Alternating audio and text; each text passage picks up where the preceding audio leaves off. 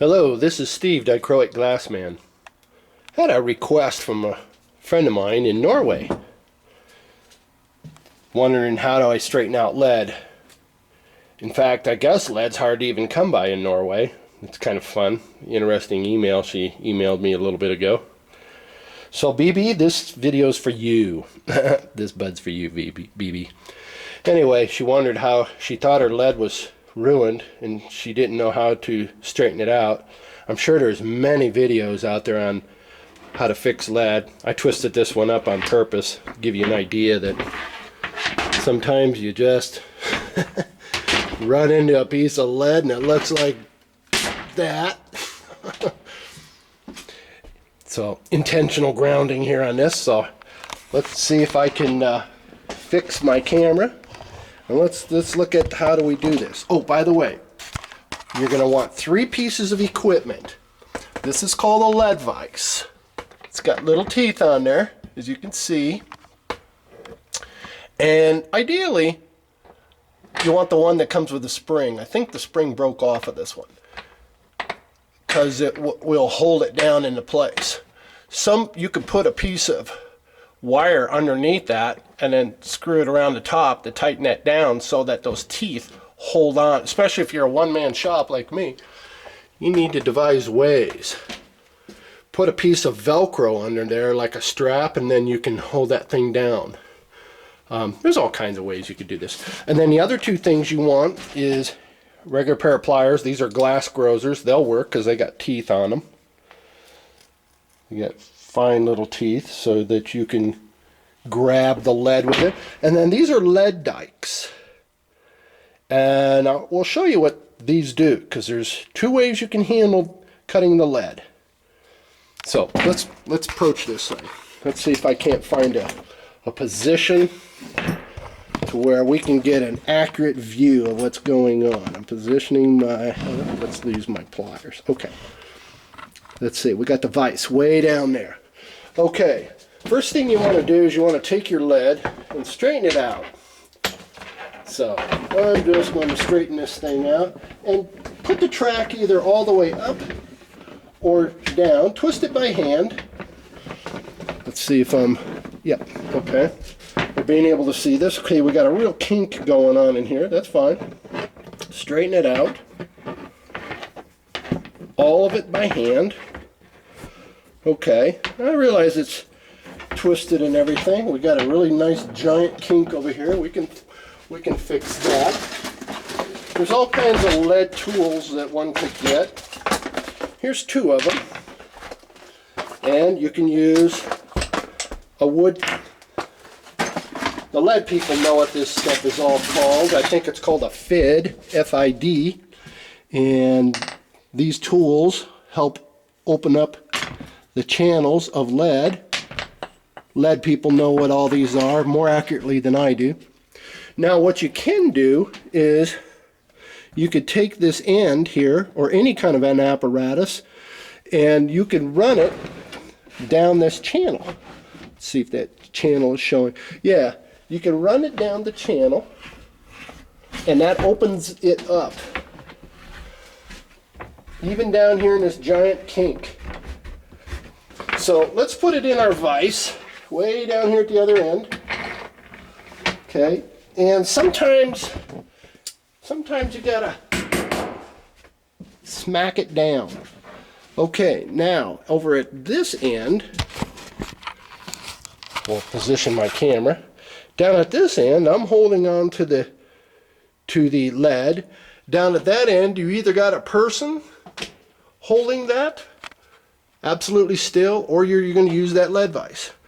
Okay, then what you're going to do is slowly pull backwards and twist, and you will see that it's magically straightening out. Sometimes just a little bit of twist. Oops, I pulled real hard.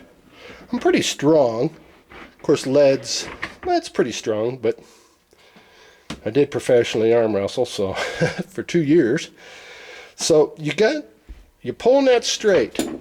When you find these little kinks like this, you could take that wooden object that you can sharpen on a grinder, and you can just open that up consistently.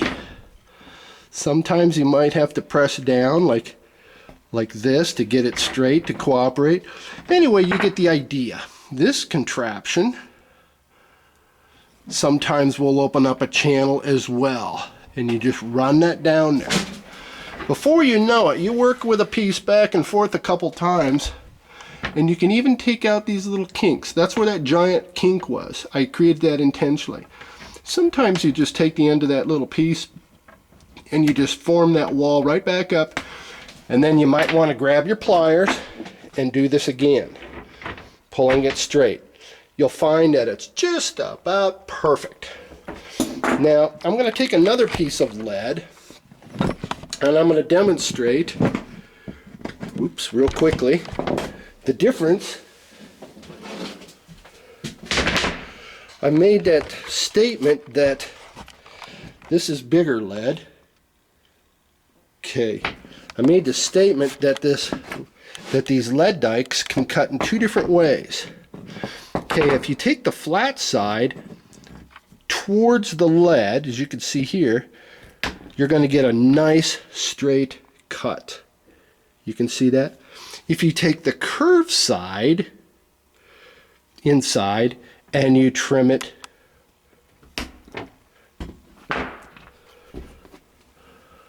then it's not going to be, oops, where's my camera? Okay, there. It's not going to be straight. You will see obvious differences. This is definitely one of those times I wish I had somebody holding my camera. I need to get a tripod. I need to find mine. I have two of them. So straight draws towards this, you get a nice, perfectly perpendicular. Where is, there it is. Just nice and straight. And then, let's see if I can do this again. Oops. And then, if I take my jaws and turn them on the inside, it curves it. So in other words, you're not going to get that straight line, you're getting it cut on an angle. It's because of these jaws on the inside. So you need lead dikes. And the lead dike is spelled D-Y-K-E. Lead dikes. Not lead pliers, but lead dikes. And you only want to use these for lead. You don't want to use them for cutting wire or anything else, otherwise you'll put a little divot in the little teeth. These should be cleaned up. I need to steel wool these or brush those and clean those up. But I live in California now and things oxidize really quick. So I should keep these with a little bit of oil on them so they'll stay shiny. Just some WD oil, some WD-40. Some of this stuff would probably help. Just keep them sprayed like that. And that way the water won't oxidize them. What I should do is just steel wool these down with regular steel wool. Clean them up nice and shiny. And then spray some WD-40 on it. Things are sure different here in California with all this rain oxidizing it. By the way, immediately this lead is corroded, looking oxidized. And just a little bit of steel wool, again I gotta hold this down, just a little bit of steel wool will shine that right back up so that you can solder it. It's very essential that you do keep this now I gotta try to get that out of my lead vise. Gripping pretty good. Down here it's really oxidized and a very pewter looking, so you want to take your strip and run your steel wool down there. There, nice and shiny. See that? Nice and shiny. Down here, nice and corroded. Back with my finger, just with my finger you can see. You want it shiny so you can solder to it. So you're going to want to do this side, and this side. Basically just run your steel wool around the whole thing and then just whoosh all the way down and you'll be probably pretty good to go. Lead people can tell you more about it. Bye-bye.